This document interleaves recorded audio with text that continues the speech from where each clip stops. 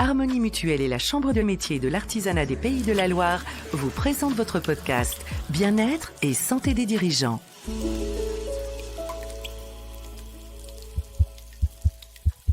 Diriger sa propre entreprise, c'est un défi passionnant que beaucoup d'entre vous accueillent avec enthousiasme. Mais être son propre patron, c'est aussi se retrouver seul face à des responsabilités, une grosse charge de travail et une vie sociale qui se retrouve bien souvent impactée. C'est le cas de Claire, consultante en marketing digital dans la périphérie de Nantes. Je vous propose d'écouter son message. Bonjour, je suis freelance depuis 3 ans. Je regrette pas mon choix, hein, j'adore vraiment mon travail.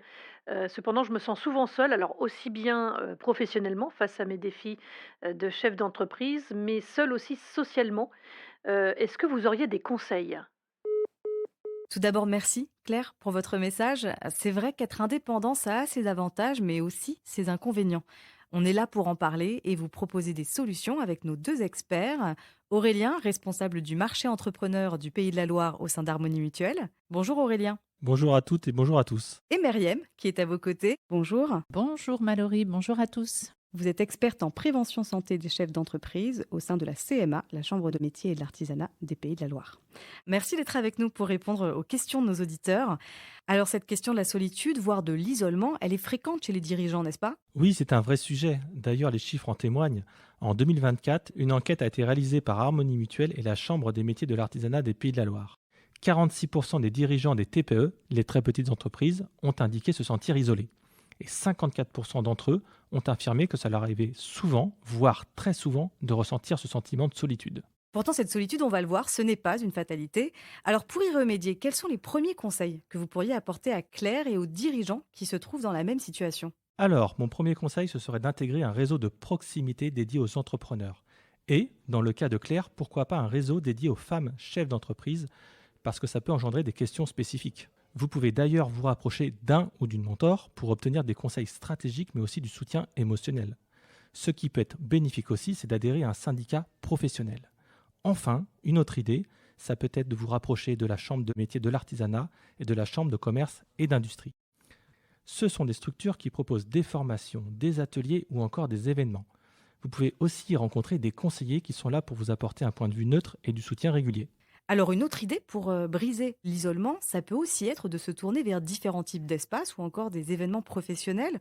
Lesquels ? Eh bien, par exemple, il y a les clubs d'entrepreneurs ou les associations professionnelles locales qui proposent de rencontrer d'autres dirigeants lors de petits déjeuners d'affaires ou d'ateliers.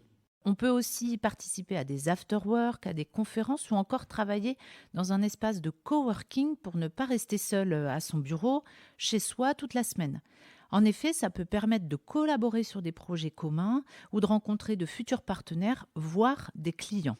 De belles opportunités d'échange et de soutien mutuel, donc s'entourer, ne pas être seul face à ses angoisses, c'est essentiel. Meriem, l'impact sur la santé mentale peut d'ailleurs être considérable. Exactement.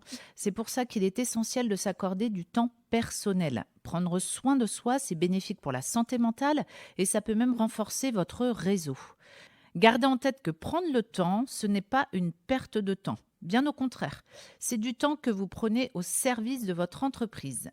Par exemple, pratiquer une activité sportive ou de l'exercice physique vous permet non seulement de prendre soin de vous, de votre santé mentale, mais aussi de créer des liens sociaux supplémentaires. En tout cas, n'hésitez pas à en parler. D'ailleurs, il existe des structures qui offrent un soutien à la santé mentale des dirigeants avec des professionnels disponibles partout en France. C'est le cas du dispositif APESA, qui est une association d'aide psychologique pour les entrepreneurs en souffrance aiguë. Ils sont à l'écoute des chefs d'entreprise qui sont dans une importante détresse psychologique, qui leur vient en aide et qui les soutient. Grâce au témoignage de Claire, on a pu aborder la solitude ressentie par de nombreux entrepreneurs. Un autre défi est celui des attentes des clients, parfois déconnectés de la réalité du métier, comme nous l'explique Karim, 40 ans, il est artisan menuisier. Bonjour, alors moi mon souci c'est que mes clients ne comprennent pas tout ce que mon métier implique, par exemple le savoir-faire ou le fait que ce soit très physique. Du coup, ils peuvent réagir de manière assez négative par rapport à des délais ou à des prix qui leur semblent élevés. Et moi dans ces situations, je me sens mal, je ne sais pas quoi répondre à ça. Merci pour votre message, Karim. Vous avez raison. Beaucoup d'artisans ressentent ce besoin de justifier leur professionnalisme. La communication va vraiment jouer un rôle clé pour vous, afin d'illustrer la valeur de votre métier et sensibiliser le public. Vous pouvez par exemple vous former aux outils de communication, notamment sur les réseaux sociaux, qui sont essentiels aujourd'hui. Ça peut vraiment faire toute la différence.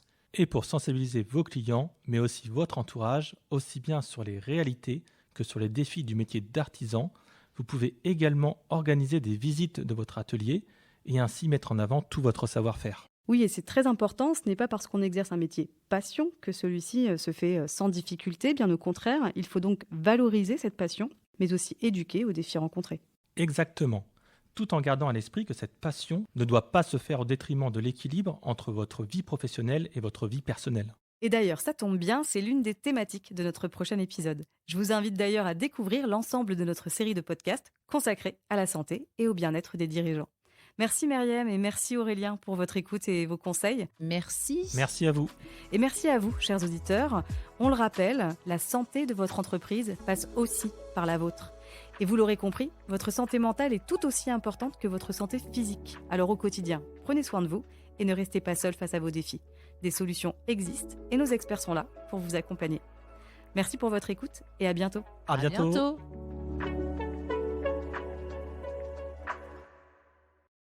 Harmonie Mutuelle. Avançons collectif.